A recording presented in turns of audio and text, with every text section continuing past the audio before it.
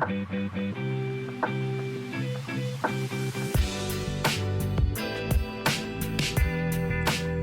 and welcome to Cooking Through the Collection.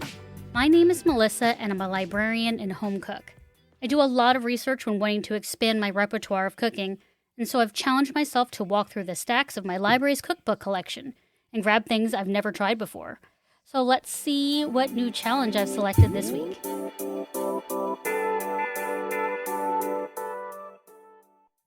So the cookbook that I selected is actually for baking. It's called the Vegan Baking Bible, over 300 recipes for bakes, cakes, treats, and sweets by Carolina Tegelaar. It is a hefty book, but after going through it, I really appreciate it. It actually has whole sections on why vegan baking, which types of substitutes work best for which types of recipes, what the advantages are, how much of something and the difference it makes. It has so many steps. It has photos of examples of the different kinds of flours, different ways you have to work with creaming, different ways of working with moisture in cakes, because all these things change when you don't have dairy and animal products. It talks specifically about things that I am terrified about. One of them, which I will be dealing with spot on, is aquafaba, which I will talk about a little bit later. But this is a beautiful cookbook. I think it's a good mix of photos, but utilitarian. Most of it's in metric, so things are by weight, which is really helpful in baking. And I've learned that when you're doing things with substitutes or things you have not used before, having exact amounts is extremely important. It has cakes, meringues, cookies, pies, breads, curds, waffles. I'm excited to play through this, and I've actually chosen one recipe, which will end up being 3 recipes. I have selected the passion fruit pie, which has its own crust, a passion fruit filling, and a meringue made with aquafaba. I love to bake. I'm a serious baker. This has always daunted me. I can say that my vegan baking experiences have not been great. So this is going to be a challenge, but this cookbook, I feel like I'm going to be the best equipped I have been. So let's get into the kitchen.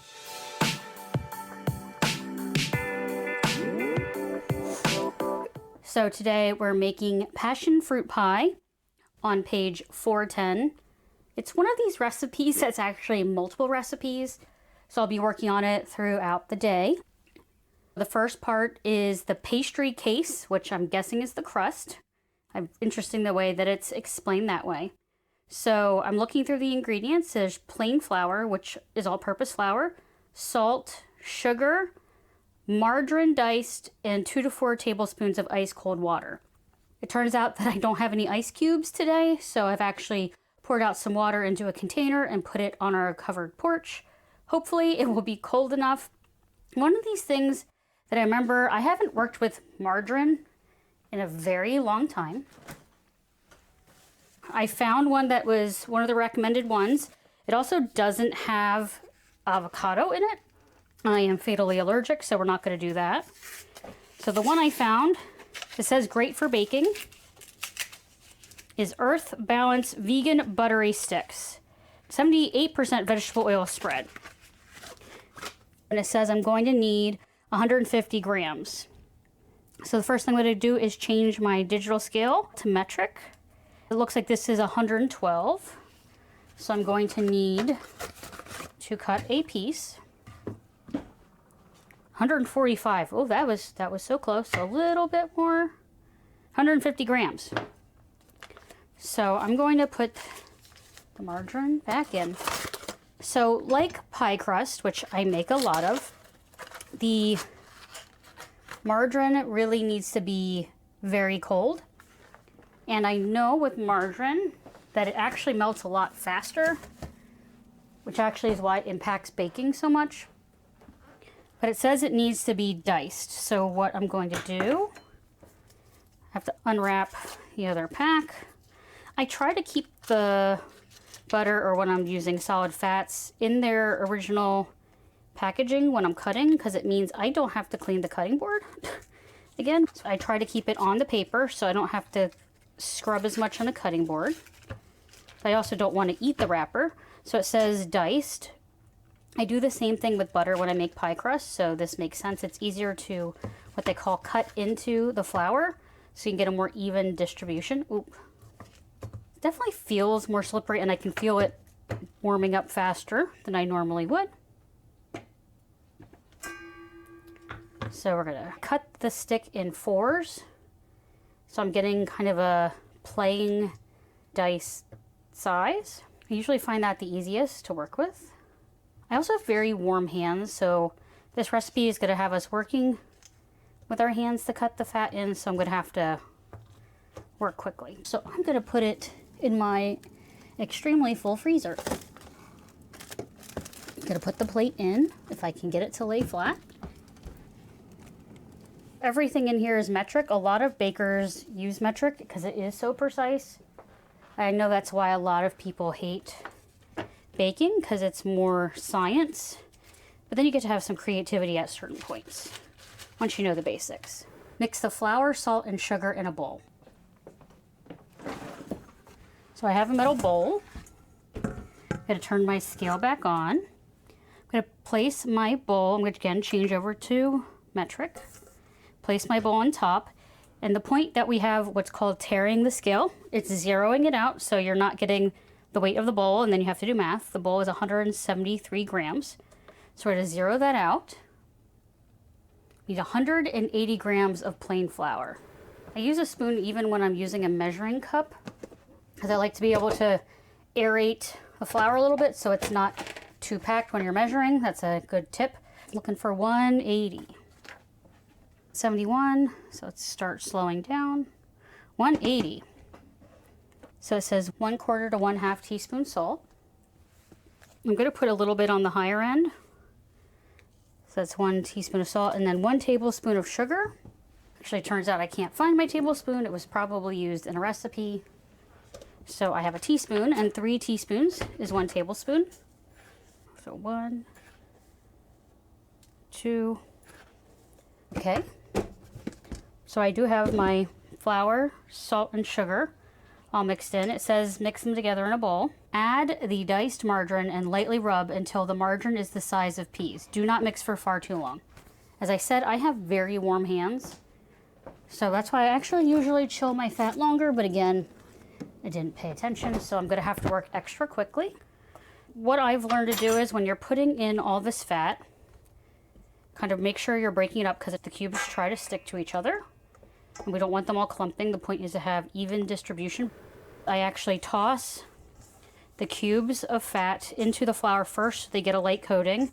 That seems to give me a little more wiggle room on time with my really warm hands. Sometimes I'll submerge my hands in cold water. So what it is you take the flour, grab onto one of these cubes in between your index finger and thumb, kind of press it so your thumb flattens the piece. So basically I go through all the pieces first, again with some flour, kind of buffering both layers. Because if you don't do that part of cutting flour, the more the fat will stick to your fingers. Luckily it's not too warm of a day. If it's a really warm day, I think this would not work as well, unless you have something that's a marble surface or a metal surface to work with. There were lots of different types of margarine and vegan spreads at the store. The really great forward in this book mentioned kind of the things to look for when you're looking for these products. The funny thing is I found all of my products at Walmart. I don't usually shop at Walmart, especially for groceries. That's not where I go. But it actually had all the vegan products compared to some of the other stores, at least the ones that I'm not allergic to. I even got the passion fruit chunks in the freezer section there. So shout out to Walmart to having more of the vegan options. As I make the pieces smaller, it said pea-sized. Kind of think of a garden pea. I'm trying to work quickly. I'm also trying to work with one hand. I would normally work with 2, but since I gotta handle the tech here, I don't want flour all over my microphones, because that would be a nightmare to clean. I'm gonna keep working on this, and I'll be right back. So I am back. I ended up using both hands because I just wanted to get done faster, because the longer it sits out, the warmer it gets. So I'm going onto my closed off porch and getting my water. Ice water is better. Sometimes I even store the water in the freezer with the ice in it, but no ice, as I said today. So everything, there are pieces that are size of peas. It doesn't have to be perfect. The different pea size bits are how you get a more flaky crust. It says then add 1 tablespoon at a time until you have a smooth dough. Again, as I have a teaspoon measure, I got to use 3 teaspoons to equal a tablespoon. So that's 1. I use the same spoon I used earlier to measure the flour because, again, lazy. So I can see it start coming together a little bit. Definitely going to be needing more today. It's not as humid. It's actually a pretty cold day. We are starting to go into the warmer season. So this is tablespoon number 2. It's definitely coming together more. The thing I've learned about pie crust is you don't want to overwork it, and 2, you do not want to put too much liquid in it because when it hydrates it will get sticky. So this is now going to be tablespoon number 3. It said 2 to 4, so we'll see. So again, this one is a little bit more by feel out of some of the baking things. It's definitely starting to come together. I'm going to admit, the pie crust that I make in the food processor because I have to make so many crusts and I have to work so quickly. So actually, I'm going to put that last tablespoon in. 3 teaspoons. And it says smooth dough. So once I get this kind of incorporated in with my spoon, I am going to switch to my hand, kind of lightly toss it to see if there's any more water that needs to be incorporated. And then I start lightly squeezing it together in the bowl, kind of like meatloaf, except definitely not meatloaf, especially in vegan baking. But I want it to kind of come together. You want it to not be too wet. I can definitely tell the difference in this compared to butter. It is definitely softer. So we'll see how that impacts it while it rests. So I'm going to pull out a container. What I normally do actually is wrap it in plastic wrap to kind of give it a little bit of pressure. But since it says a container, I'm going to do the container. If I can find the lid. Does anyone else have this lid drama situation here? So I can't find the lid for one of the round ones, so we're going to go for one of the rectangular. So I'm just going to push it out a little bit. What I've also learned is having it at least partially flattened when it's time to roll or press it out definitely gives some help. It doesn't say to do that in the recipe, but I know how this works. And since I know I'm going to have to work faster, I'd rather do that. So put it in the container and I'll be back in a few hours. As I said, this is one of those recipes that's multiple. And so I'll see you guys in a little bit. So we're at the 2-hour mark. Unfortunately, I should have planned more time. Get out the container, roll out the dough on a lightly floured surface, and lay in the pie dish. Okay, that is pretty straightforward. So I still have my container of flour out. I have this cool silicone mat that actually helps me roll out crust a little bit more symmetrically and also doesn't have as much sticking issues. I'm still going to put flour on because, you know, sticking's not good. I'm going to turn out the crust, which is definitely softer. So I think I'm going to have to work faster. And it's also sticking, which is not great. I was hoping it would stay in one mass. So we're going to do some scraping here. But yeah, this is very wet, but I felt like I needed to put the moisture in to get us to the right spot. And then we're going to sprinkle some flour on top of that. I'm going to try to press it back into a disc. It'll make it a lot easier to roll out. So I put a little bit of flour on my rolling pin. I actually have a metal tapered rolling pin. It seems to have less sticking and it also is a little bit colder. So I get a little bit more wiggle room for time to roll out. So what I do is, because I'm trying to keep it somewhat round, I rotate it 1/4 turn and I keep slowly rolling out. You do want to put pressure down, but not too much. If you see at the bottom sticking to your mat or whatever surface you're working on, you can definitely give it a little zhuzh. If you're seeing that the top is sticking a little bit, just add a little bit more flour. You want to try to have this as evenly as possible, and the rotation helps you control that a little bit. I love making pie crust. Homemade pie crust really does make a difference. It's what I'm also known for now. On Thanksgiving, I bake all the pies. So we're going to just keep rolling. I'm getting close. So you want to have some overhang over your pie pan. This one I have is 10 inches, so roll out a little larger than that. Okay, so what I do to get it in the pie plate is I again flour the rolling pin. I take the crust and I roll it over the rolling pin so I can put it in the plate without trying to rip it. So then we roll it back in, do a little bit of shifting, and then you kind of ease it down. I use the back of my hand to press it into the sides of the pie pan. Make sure you cut all the excess dough. It doesn't say to tuck it under like I do with fluting. So I am going to have a little extra pie crust. So I'm going to get a knife. So I'm going to cut the excess. So I am going to have extra dough. Sometimes what I do with extra dough is I brush it with cinnamon sugar and then bake it. And it's kind of like a little cookie situation. Highly recommend it. Usually doesn't even make it to my husband. I eat all of it myself. Not sorry about that either. So keep going around. Having a sharp knife is better so you don't tear. But I can definitely tell this is a very, very soft dough, so you need to work fairly quickly. We're almost done cutting the edges. It's not perfect. I have a little bit where I patched that seam, so I'm going to use my thumb, kind of better merge it together.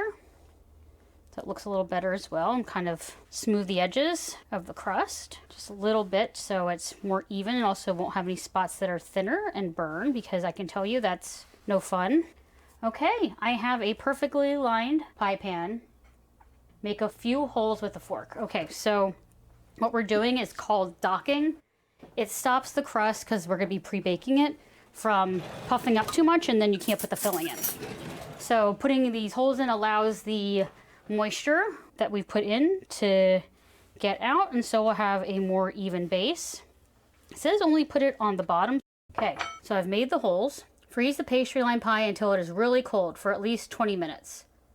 So we're going to throw it in the freezer, and I will be back shortly. Okay, so I think we're going to be about to be done chilling. So it says freeze until it's really cold. So I'm preheating to 350 now. Then line and fill with either aluminum foil or baking paper, parchment paper, and pie weights, and bake in the center of the oven for 15 minutes. I don't have formal pie weights. However, I have beans that I use when I'm baking pie crusts, and just don't eat them afterwards. So I have my crust. It is very cold. I can't find my parchment paper, so I'm just going to use foil. I'm going to push on the edges as much as I can, because we want this to evenly do this. So the reason of the pie weights is to stop the puffing also. So in addition to the docking, the weights will help. So we're going to pour them in.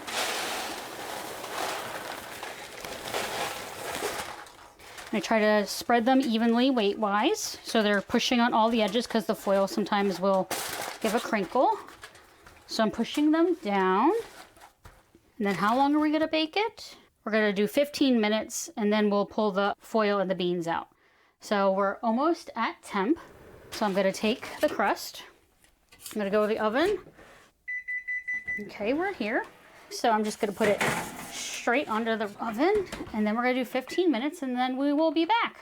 So we pulled the pie plate out of the oven. Didn't realize I hadn't recorded. Apologies. We pulled the weights for the pie out. You pull the kind of opposite corners of the paper or the foil, and you can move quickly and put them into a bowl so they don't spill anywhere. And we put it back into the oven for another 15 to 20 minutes. We're looking for GBD, golden brown and delicious.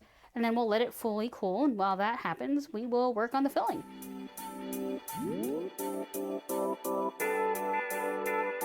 I was first able to taste passion fruit at culinary school. It was used a lot in pastries. It has this bright, super tart, astringent flavor that's similar to citrus, but different. It kind of evokes those same feelings on your taste buds. I got to taste it a little bit more when I was in Hawaii. It's called lilikoi there. It's used in a lot of mousses and ices because it really has that refreshing quality. So if you like a really tart dessert, this will definitely be an ingredient for you.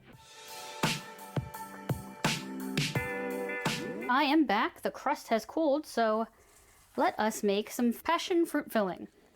250 grams passion fruit pulp with seeds. Unfortunately, I could not find fresh passion fruit. I've seen the Fruta pulp brand in the freezer section. I think it's Goya. I didn't see that, so I went with what this is called an all-natural 100% fruit passion fruit snack size pieces. And when I opened it, there are no seeds. So we're not going to have any of that. Because it says strain the seeds out of the passion fruit pulp and keep them in the fridge if you want to stir them in once the filling has been made. If the seeds remain, you cannot mix it properly and it's difficult to get it really smooth.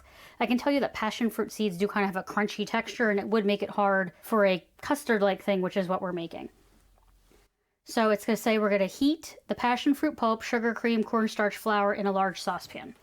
So I have a large saucepan, and because again, everything is by metric, I'm pulling out my scale. And I'm actually going to put everything directly in the pot because I can go on back to metric, put my pot on, zero it out. So passion fruit pulp, 250 grams. Let's make not too much of a mess of the pulp. That completely liquefied. There wasn't even much pulp in there. I should have known better with the frozen, but we'll make it work. So we know we had it at 250, so we're going to zero it out again. And that's going to be 180 grams of sugar. I feel like that's not a lot, so I'm going to work with a spoon again. We're at 172, 76. There we go, 81. A little bit over, but 100 milliliters of cream.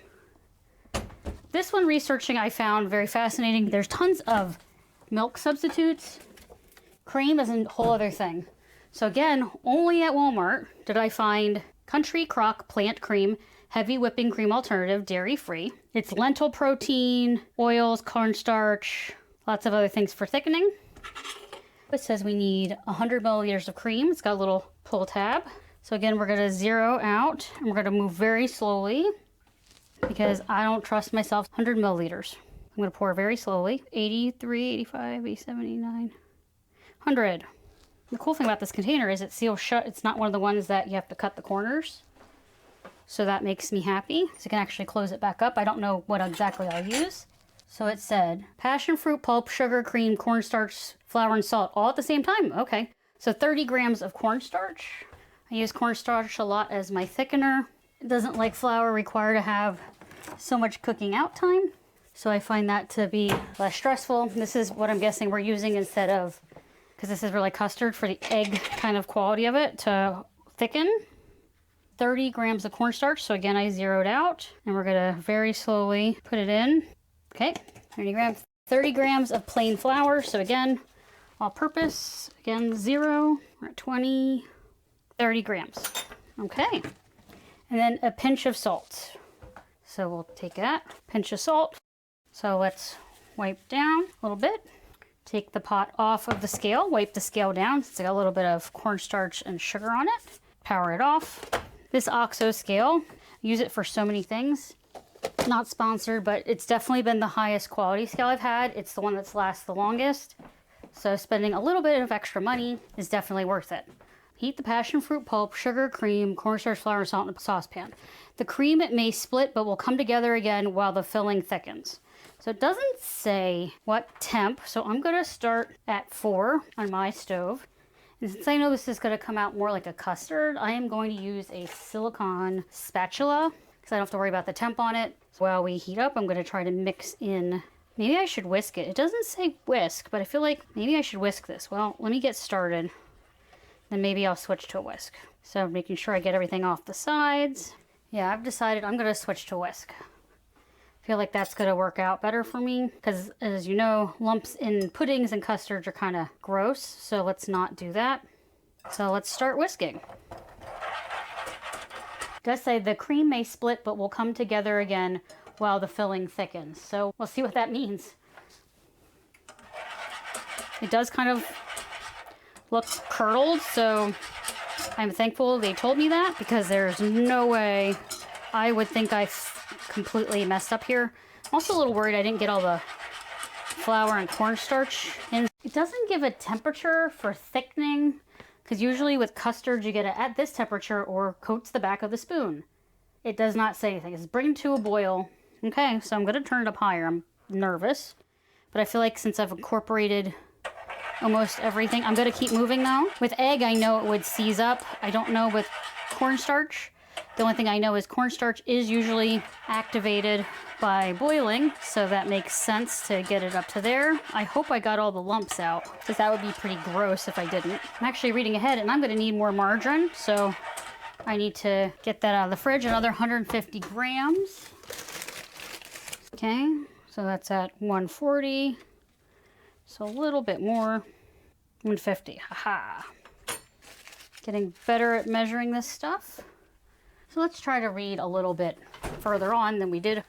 Luckily it worked out, but didn't read quite far enough in advance. So we're gonna wait for this to thicken, and then we'll be at our next step. So thinking about this recipe, this is actually in the curd family. I don't know if you guys have ever had lemon curd. That's usually lots of lemon juice, a lot of butter, thickens slowly, and kind of gets in this lovely jammy thing that you can put on biscuits or scones or a matter of any yummy things. They also make, if you have pre-made curd, you can make them quickly into a lovely lemon bar. So thinking about it with this adding the margarine in after this comes to a boil, definitely think it's going to come to that quality. I'm waiting for it to come to a boil until the mixture is thickened properly. I feel like that's going to be hard for me to gauge, so I'm just going to watch it.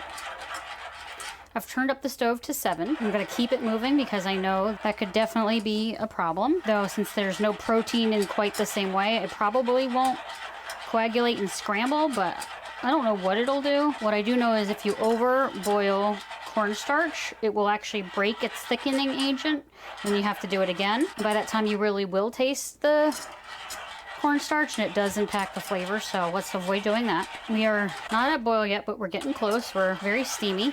I do see some little tiny bits of cornstarch, but I'm hoping with the blending step that they'll go away. I don't think I can fish them out. I think we're past that point. I don't know, it could be cornstarch, it could be flour, but I think it's cornstarch. So we're not at thickening yet, but I think we're close to a light bubble. So I'm just gonna slow down my whisking so I can get a better sense of seeing where we are in boiling. Okay, it's definitely, you can probably hear it, that my whisk is struggling to get through this. So I feel like we're getting close. It's bubbling by pudding. So I'm going to guess that we're close to the next step. I'm just gonna pull it off so I don't burn it while I read the next instruction. Yeah, it's definitely thickened. Thick filling. Stir or mix using a hand blender without lifting the head, so you do not mix air into the filling until the margarine is completely melted.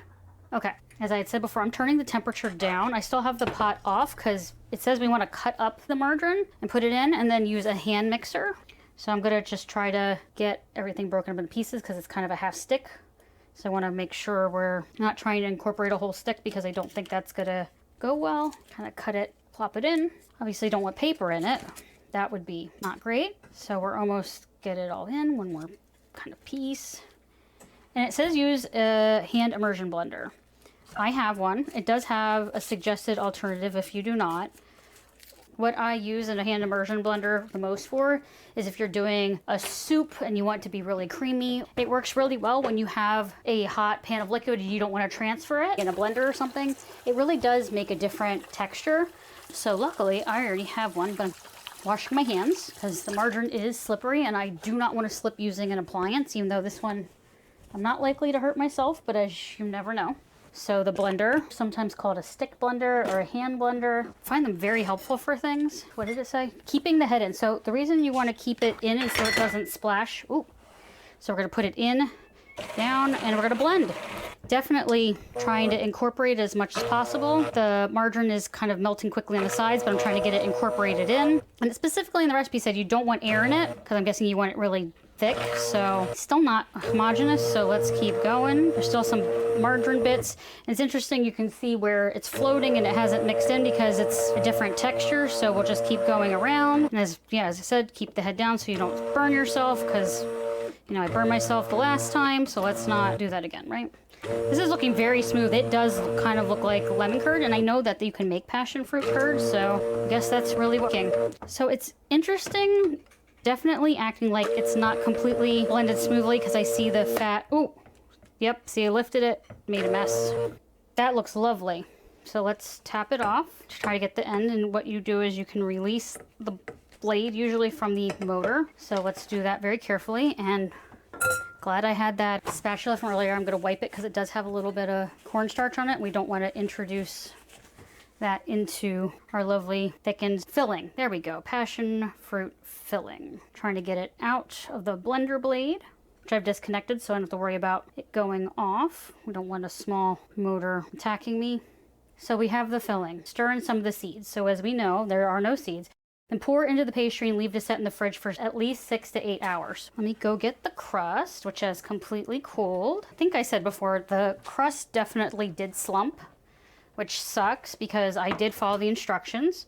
But I think because margarine just is so temperature sensitive that it was just gonna do it. So what I might do next time if I make the recipe, I would leave the beans or pie weight in longer.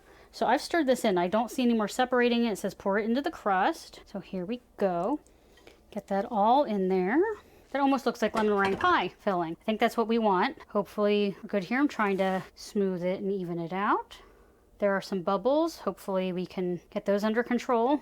Well, right now this is way too hot to put in the fridge. We'll let it cool down a little bit and then I will put it to the fridge. And then it says you can decorate with whipped cream or meringue. Seen page 406. And I think I'm gonna do the meringue, but I gotta get this cooled down a little bit, so I will be back later. While the passion fruit pie is chilling in the refrigerator, I'm going to make the meringue. And so aquafaba, sugar, and cream of tartar. Aquafaba is actually the liquid that you drain off of chickpeas that are canned. So I have a gigantic can of garbanzo beans because I wasn't sure how much liquid would come out of these because I've never kind of measured that before. So I thought it would be helpful to measure it. What we're gonna do is we're gonna drain the beans out of all that liquid. I hope I have enough. We will find out shortly. Chickpeas have a very distinct smell out of the package. I'm gonna rinse the can out to recycle it. You should always rinse out your recycling items. If they're too dirty, they will just throw them out instead of recycling them. So give everything a good rinse. Put it in my recycling tub to go out.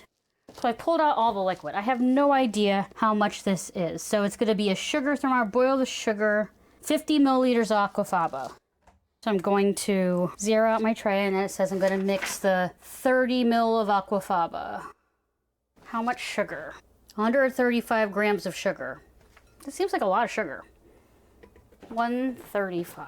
Okay, so we have the aquafaba, the garbanzo bean water, and the sugar in something that'll cook on the stove. And then we have the rest of the aquafaba, the 75 ml, and it needs to have 1/8 of a teaspoon of cream of tartar. Cream of tartar is actually, I don't know if it can be engineered otherwise, is a byproduct of the winemaking business. Cream of tartar is really great for stabilizing things. So using it in meringues is a regular thing. So we're gonna sprinkle the 1/8 teaspoon into that bowl of aquafaba. What we're doing is we're making a sugar syrup that'll get to a certain temp, and then we're gonna be whipping into more of the aquafaba, which is basically replacing egg whites to make this meringue. Because of this kitchen space I have and knowing how I burn sugar, I'm notorious for burning sugar, I'm going to get the aquafaba foaming. So it said firm foam. So I'm gonna do that. Now I'm using a hand mixer for this. So to me that looks firm foam. Now I'm gonna start the sugar part. It says to use a sugar thermometer, which I actually don't currently have, but what I'm going to use is I'm going to use my instant read thermometer. So we wanna get the sugar, make sure it doesn't burn, get it to 266 Fahrenheit. So this is something that I have notorious issues with. Every time I've tried to make a caramel, a candy, it usually takes me 2 or 3 tries to get where I need to be. Luckily I have extra aquafaba and extra water and extra sugar. So if this backfires on me, we'll be prepared.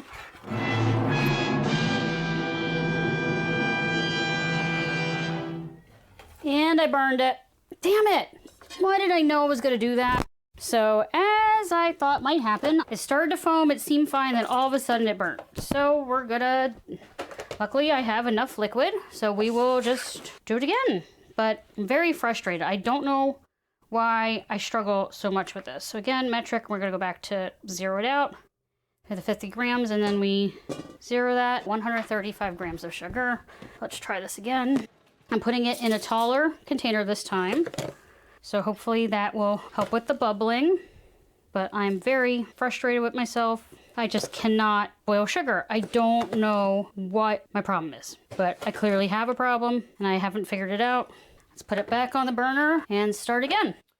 Let me try to wash off the probe thermometer and I'll be right back. Okay, so I think we're there. I'm going to run the mixer and slowly pour in the sugar. I'm actually going to switch hands because of the heat. That's looking close.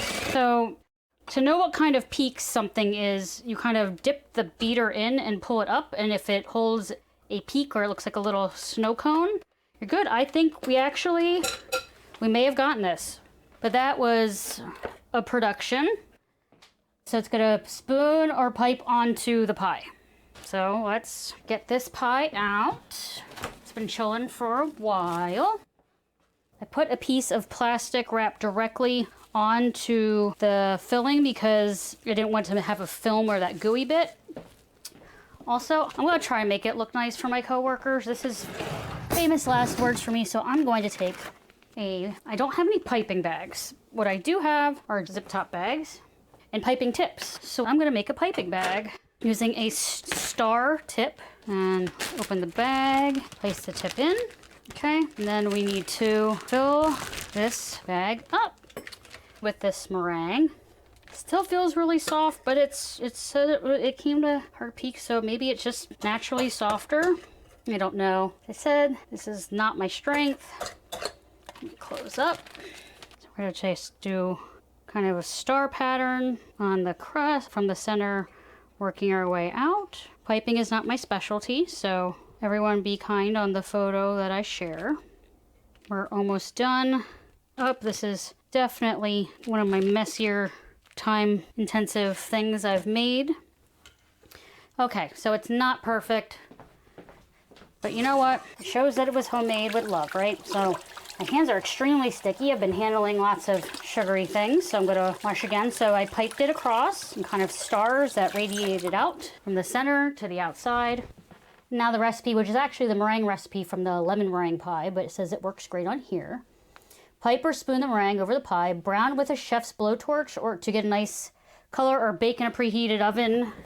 How long? I'm afraid to do that anyway. At 480 for 3 to 5 minutes to brown. I can tell you, I am way too afraid to do that part. So what we're gonna use is my little mini blowtorch, and we're gonna, not be too close to the microphone. And so we're gonna lightly toast it. We're gonna keep going around. Rotating it also helps so you have even distribution of the flames. I think I'm getting low on fire. I don't even know if I have a replacement thingy for this, so let's just try to get to the end, because I feel like I'm running out of steam. We have made the pie, so it should probably cool down and chill a little bit more. And then we're down to tasting.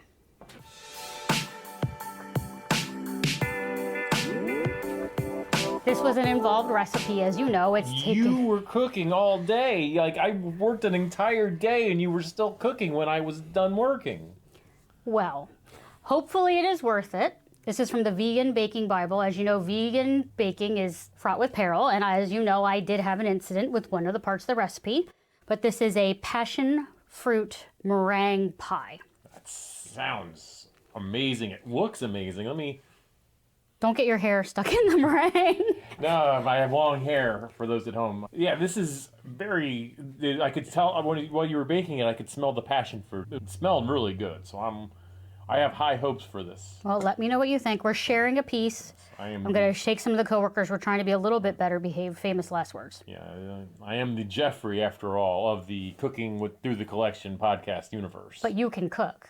Okay, I can cook. All right, yes. Let me try to bite of this.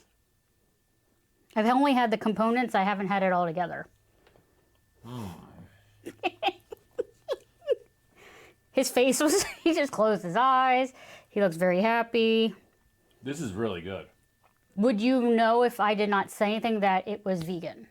No, absolutely not. How's the crust? Crust is good. It's not as crispy as I like, but it doesn't have animal fat in it. I understand it's not going to get there, but it's still good. It's still, flaky and tasty, and certainly the passion fruit is. Is it still really tart? It's not too sweet. It's a tart in a good way. I'm really liking this. Let me get another bite of this. Do I get to have some too after that? Of course you. I was trying to share a slice. I was trying to be well behaved. No, you can. Okay. You can have the second one. Get in there.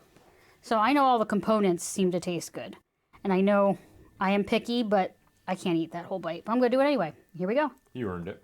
You worked all day on this. What do you think of your handiwork? I like the filling.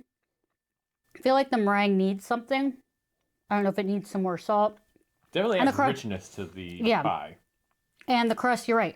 The crust is flaky. You can see that it crumbs up and everything, but it's just not the same as butter. Do you think if you took this to a coworker who was vegan that they would be happy with it? Yeah, absolutely. This is really good. This is right there with the beef bourguignon, which I probably said wrong. Is one of the best things that you've made since this podcast started. Granted, there's only been 3 things, and I did like the Indian food as well, but this is something I wouldn't mind eating this again. Okay. So, thumbs up again? Thumbs up. Well, let's be honest. I'm biased. You're a great cook, and I love your cooking. So I'm always gonna have a bite. But if you made this again, I'm in. Okay.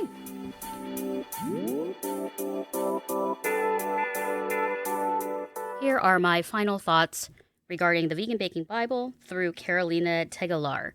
This was a great cookbook. I can tell you when I took the pie to work, one of my coworkers said it was one of the best things I've ever made. And some of my other coworkers wouldn't even be able to talk after eating it. They were just making positive affirmation sounds. So I consider that a huge success considering that my past vegan baking adventures have been subpar at best. So if I was going to borrow it or buy it, I would buy it. Yes, it's going to be, it's a little bit more substantive. It's a little bit more pricey than some cookbooks are nowadays. But it really is a Bible that has lots of resources about how to make the best choices to be the most successful in vegan baking. So yeah, buy it. Thank you for joining me on Cooking Through the Collection. If you enjoyed this episode, please consider subscribing. You can visit the website for more information at cookthecollectionpod.com. Follow me on Instagram or Facebook, Cook the Collection Pod, or on Twitter at Cook Collect Pod. Thank you so much for joining me for this episode, and happy cooking.